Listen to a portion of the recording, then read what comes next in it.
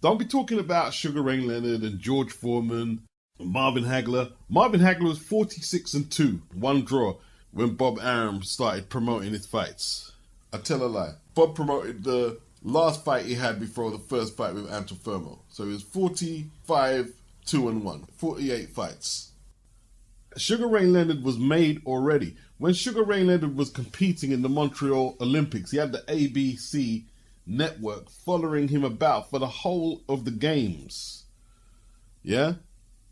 George Foreman, he retired around 77 and came back 10 years later. He was huge.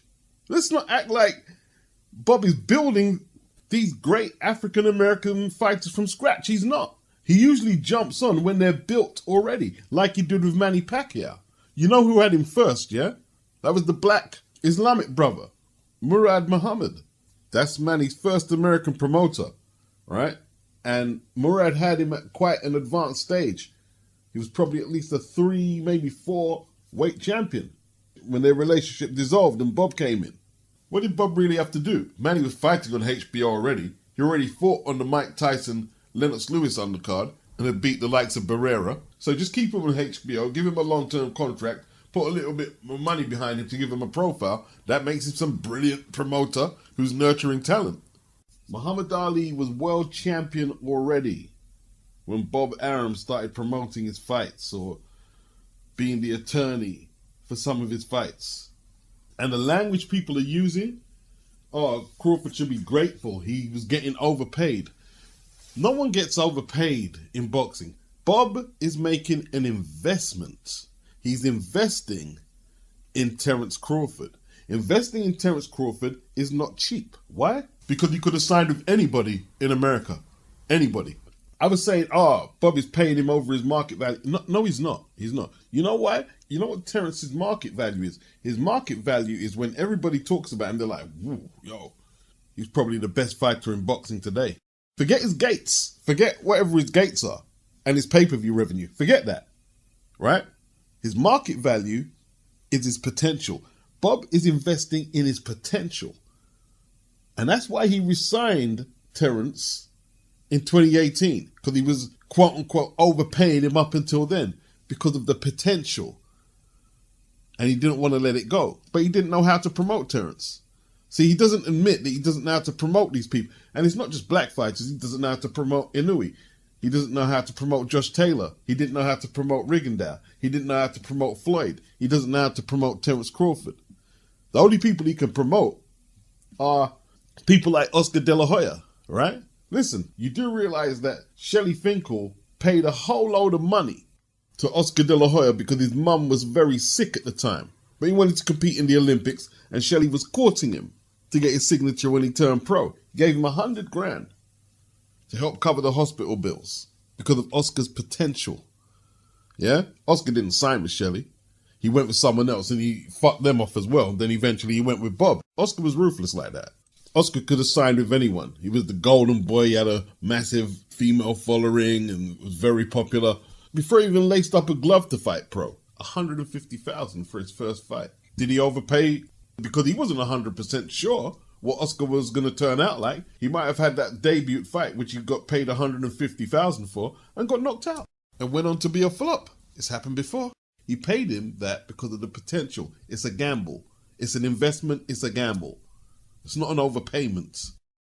Bob recently signed Keyshawn Davis. He hasn't done anything in pro boxing yet. He's investing in potential. That's what you do. Listen. People hire them special business minds who can cite potential and know, yeah, that's a good investment. Whether it's boxing or some other stock or asset or commodity. People earn money from that.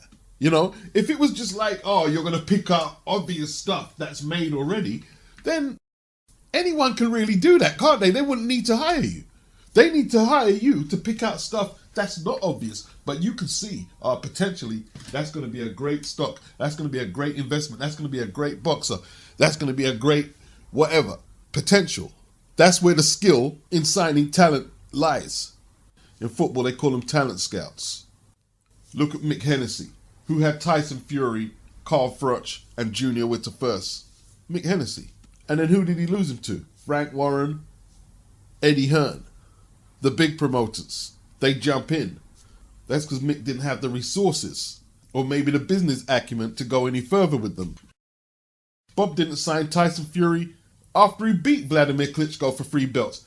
He waited for Tyson Fury to sit on the sideline for 2 more years, have 2 more fights, draw with Wilder, and even after that, Frank Warren ran over to him and said, yo, I don't have the financial weight or muscle to negotiate with the PBC, and basically handed Tyson Fury over to Bob. People acting like Bob is some saint.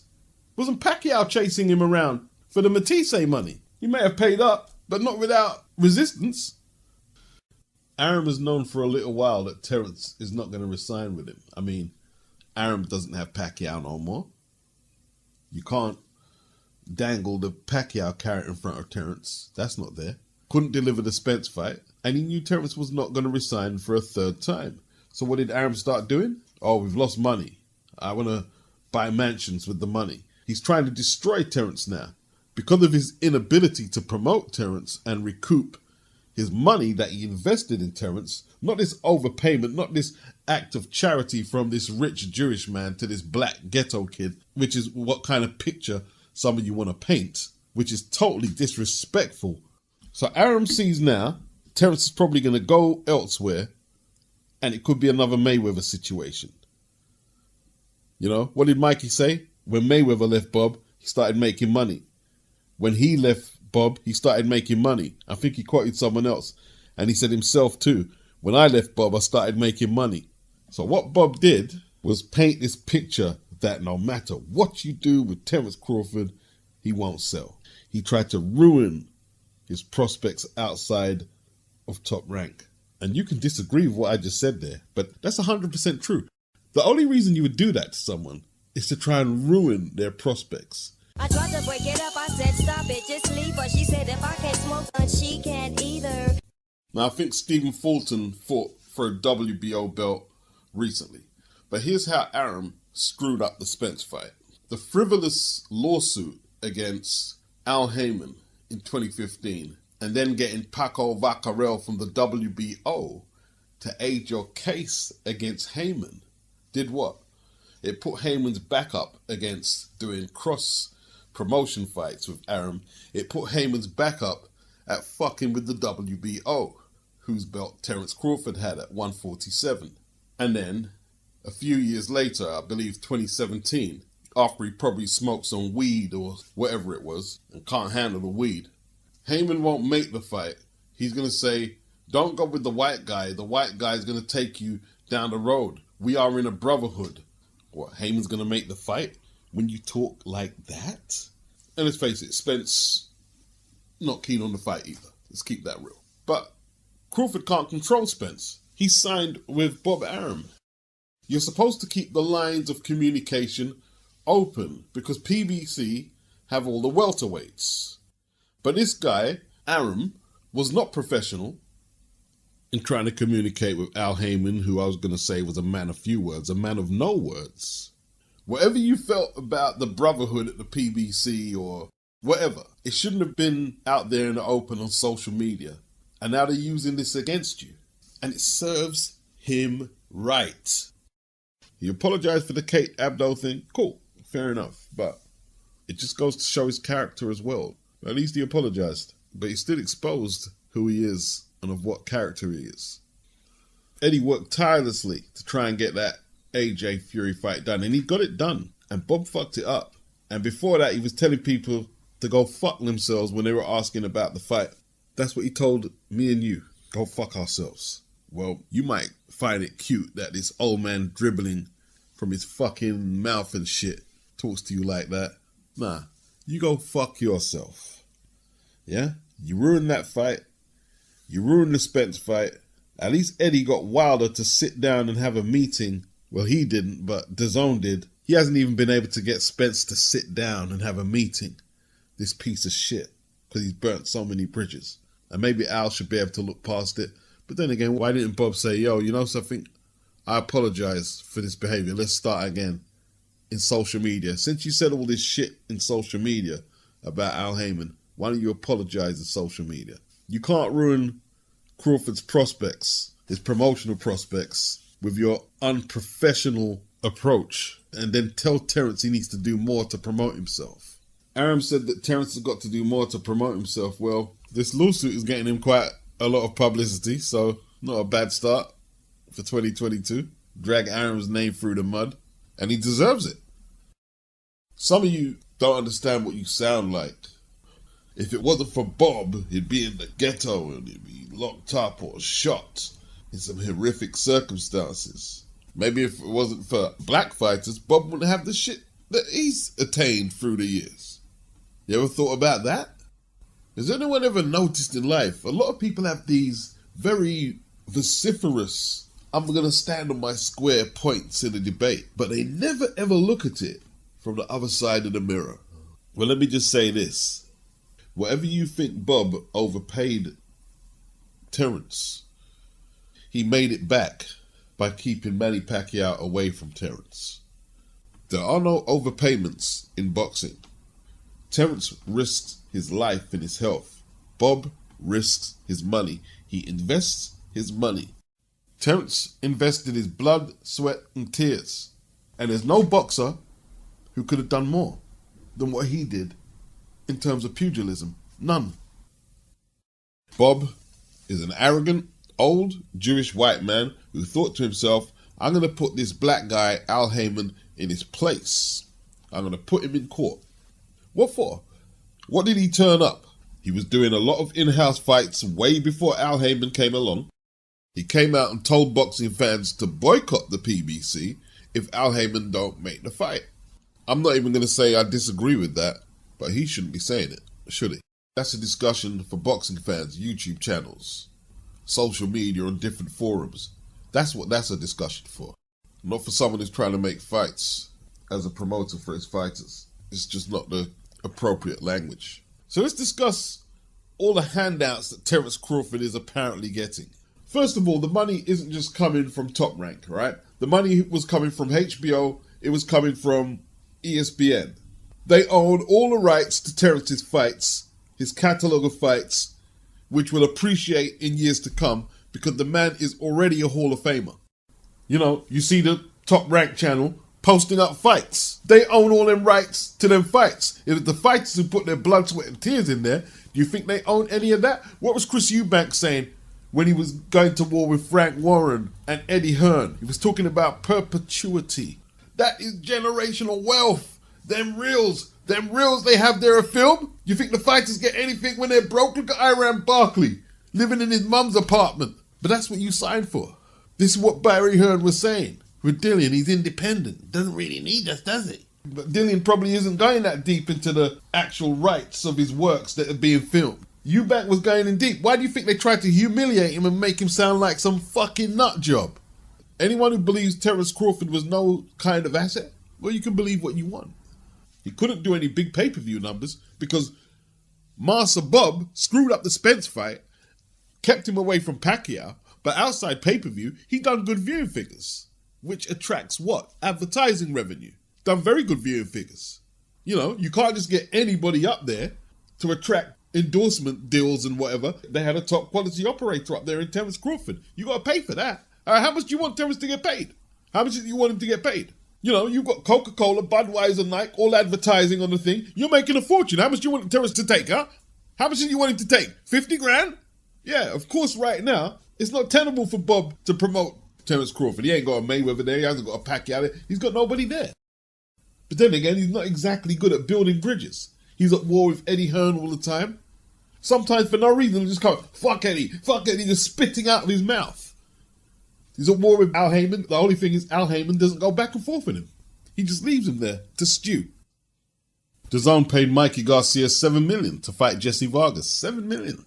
Yeah, you could say it's an overpayment. That's the first thing that would come to your mind. But no, it was a potential investment. Eddie was seeing if he could get Mikey to be the guy to set it off in the Mexican market for DAZN. And it hasn't panned out. I mean, he lost the last time out to Sandor Martin. We didn't even get the Garcia Prograis fight. We didn't even get that. If Terence Crawford brings back an undisputed title, champion in 3 weight classes, undefeated in 38 fights, 29 knockouts, if he's bringing all this back to Top Rank and ESPN, and then he has to go out there, promote himself more and negotiate the fight with Spence as well, he should be getting more than 3 or 4 million. Way more than that. That's your job. Between Top Rank and ESPN, they're supposed to have the expertise, the contacts, the acumen. This man has been in the sport over 50 years. And that's fair enough, yeah? If he was professional and couldn't get the Errol Spence fight, I'd tone it down. But he hasn't been professional. This man is 90 years of age and he's worth a fortune.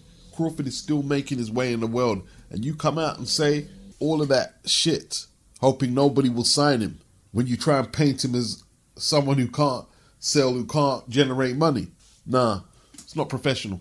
He's burnt bridges, and the whole narrative that Crawford has to be this grateful kid from the ghetto that Bob saved him is the most disrespectful thing.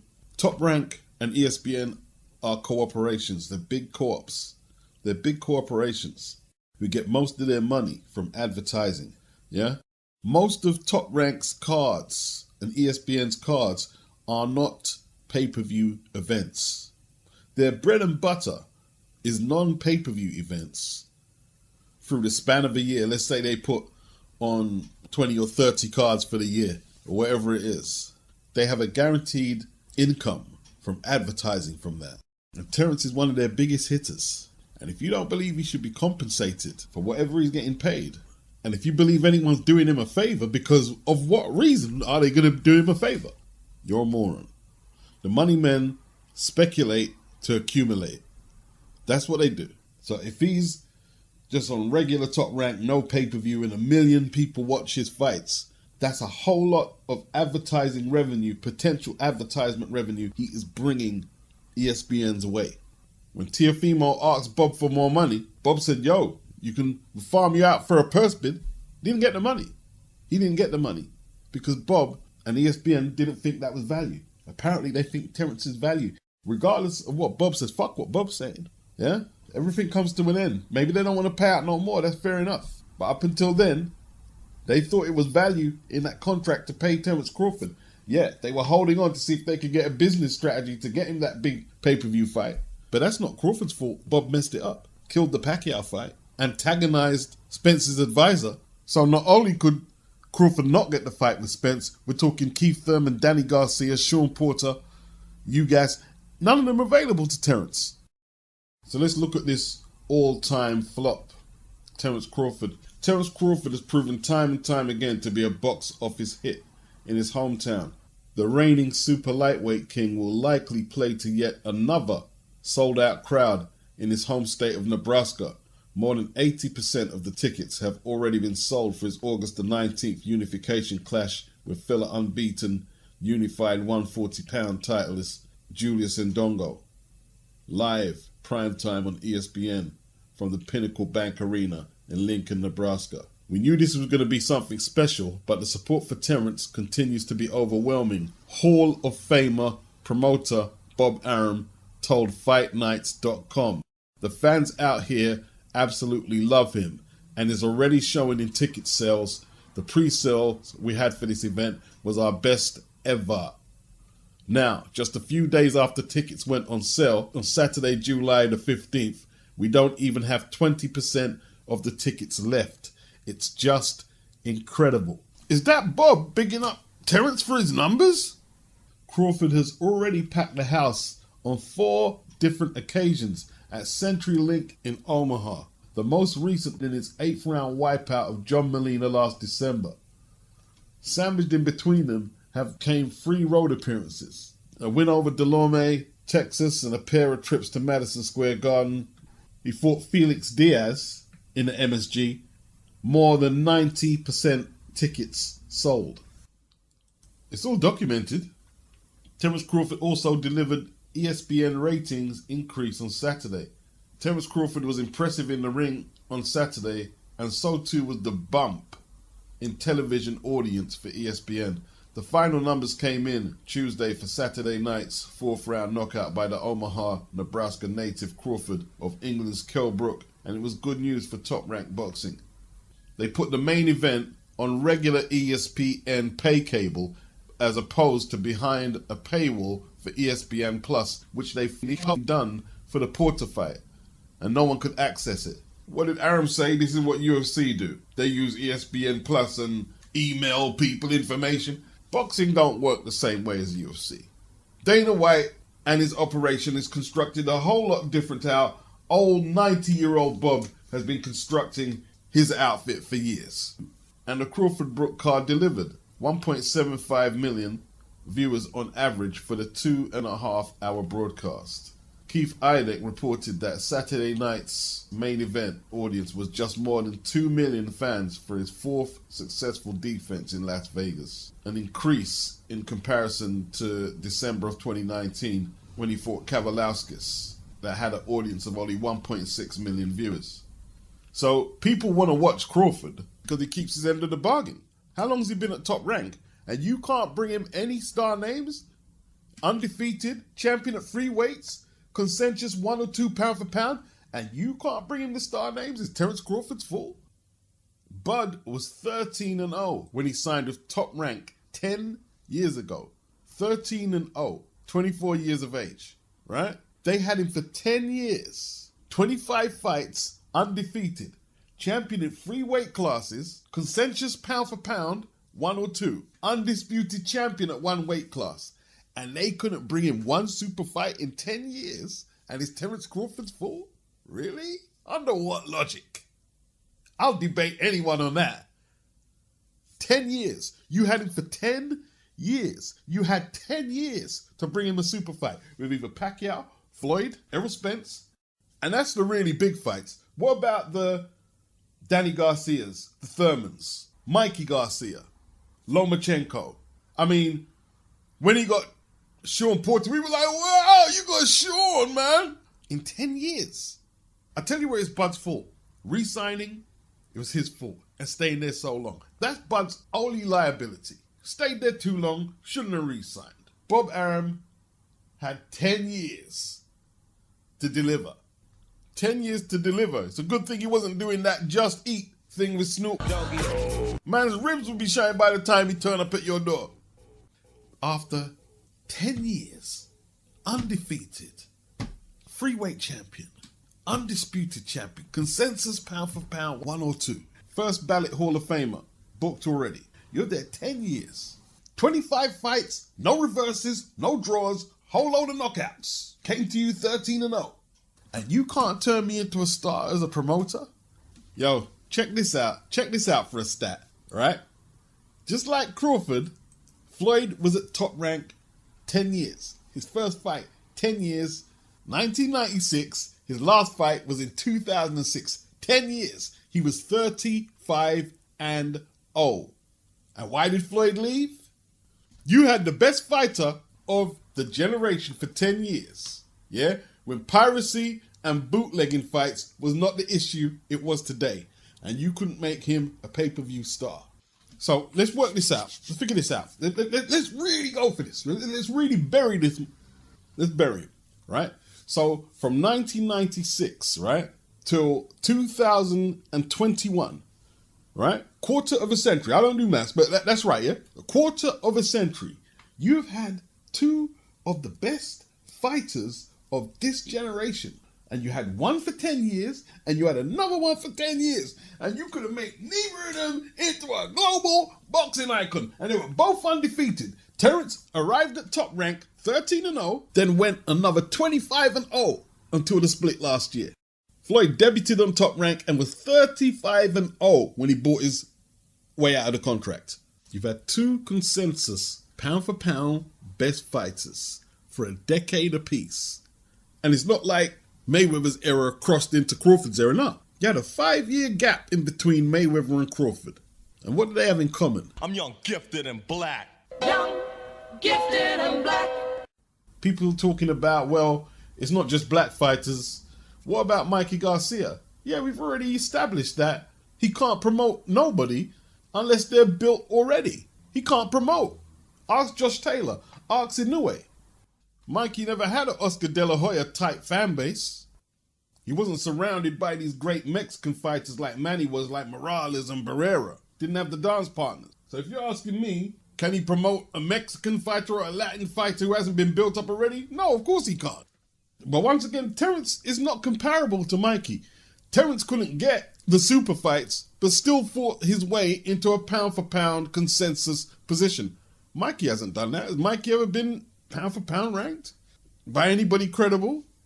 A lot of us critique Mikey for not taking the Lomachenko fight. Well, why do you think we didn't get it? He's not going to work with Bob no more. He's screwing up fights everywhere. I don't know how long Crawford's got left in the game, but that could be the only downside to this lawsuit. Let's say Bob does have some viable fighters for him to fight. Let's say a Josh Taylor fight or anyone else who may be on the come-up. Is Terence going to work with Bob? Is Bob going to work with Terence? Looks unlikely at the moment, but things could change. So what, you think Mikey's lawyer, who's now Terence's lawyer in this case that Terence is bringing to Bob, you think he's just got it real bad for Bob for no reason? No. He's had it in for Bob since the Mikey case. And he's looked at Terence's case and he's concluding what a lot of us suspect. Bob is a scumbag. Mikey felt his top-ranked contract ran out, legally expired. Bob Arum felt differently. Long drawn-out court battle, Mikey earned a clean release from Top Rank, other than his legal fees. Brian J. Freeman, an entertainment and sports attorney who Bud has hired for this case here. He said he was confident the contract was no longer valid and was determined they would win in court. It kept Mikey on the sidelines and he warned Mikey about that. The contract was running out, said Arum. What was the point of running up legal fees if the contract had very little room to go? He said enough is enough. He proved his point. We stood up for our rights. He was unable to break the contract and leave us. It took him over 2 years. Let's forget about them trying to make the Crawford fight for a minute. Friedman has a different view of how it all went down. He said, Arum's statement about the Crawford offer is an absolute lie. The statement that they let Mikey out of contract because enough is absolute mistrust, Friedman said. They let Mikey out of the contract because a federal judge was about to issue a ruling that they didn't want the rest of the fighters to see. And that ruling was that Mikey was not bound to fight solely for Top Rank. That ruling would have called into question the legitimacy of every single Top Rank contract with their fighters. I would fight Bob Arum in any federal court, state or arbitration venue on the issue or whether or not that statement he made is truthful. I would bet everything that I have and I will ever have on the fact that was a complete and utter misrepresentation of any version of the truth. Top Rank wanted millions to let Garcia out of the contract, said Friedman. Then an unfavorable trial hearing scared Top Rank and the company only requested a confidentiality agreement to sever ties. Friedman declined to give them the confidentiality because they wanted everybody to know the truth, that Mikey did this for all fighters, that they could realize they could stand up to anything they think is unfair and win. See, Bob didn't want this to come out. They couldn't extend the contract for one because Mikey got stripped of the WBO super featherweight title that he last defended against Burgos. He was stripped through inactivity. They couldn't extend it. Iran Barkley also claims that Bob Arum owes him millions. He says Arum used him in 1998 and 1999, that his contract had run out and Arum was still using him. He owes him a few million, he says. Also, Barkley was a dual champion. He was the IBF super middleweight champion and the WBA light heavyweight champion simultaneously. And his WBA light heavyweight belt just disappeared. He didn't even receive it. If that was Tommy or Michael Nunn or a fighter that Arum favored, and yeah, they're black fighters, but because Iran didn't have the potential it factor that Tommy had and Nunn was aspiring to have, he didn't really fight Barkley's corner. Like Iran was saying, they sent him to Italy to fight Calambe. And he says there was no way you're going to get a points decision against Calambe in Italy, but they sent him there. And they had Michael Nunn there. But Bob was grooming Mike for a potential fight against the likes of a Ray Leonard or a Hagler. Calambe did eventually fight Michael Nunn in what was supposed to be a unification. Calambe had the WBA belt, Nunn had the IBF, but I don't think that WBA were that impressed with the IBF and they wouldn't sanction it. So that belt wasn't on the line. Calambe was stripped. After Iran Barkley knocked out Tommy Hearns for the WBC title, he said he should have been in the big money, but Bob was paying him $500,000 for the Duran fight, but he wasn't treated like a stellar name. Bob didn't want Iran to beat Hearns. He wanted Barkley to be underneath the Hearnses and the Michael Nunns. But the truth is, he beat Tommy twice. He beat him at middle and light heavy.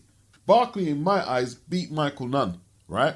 Nunn was consensus pound for pound. I don't know where he was ranked, but he was high up there at the time. Coming off the Kalambe win, knocked him out in a round.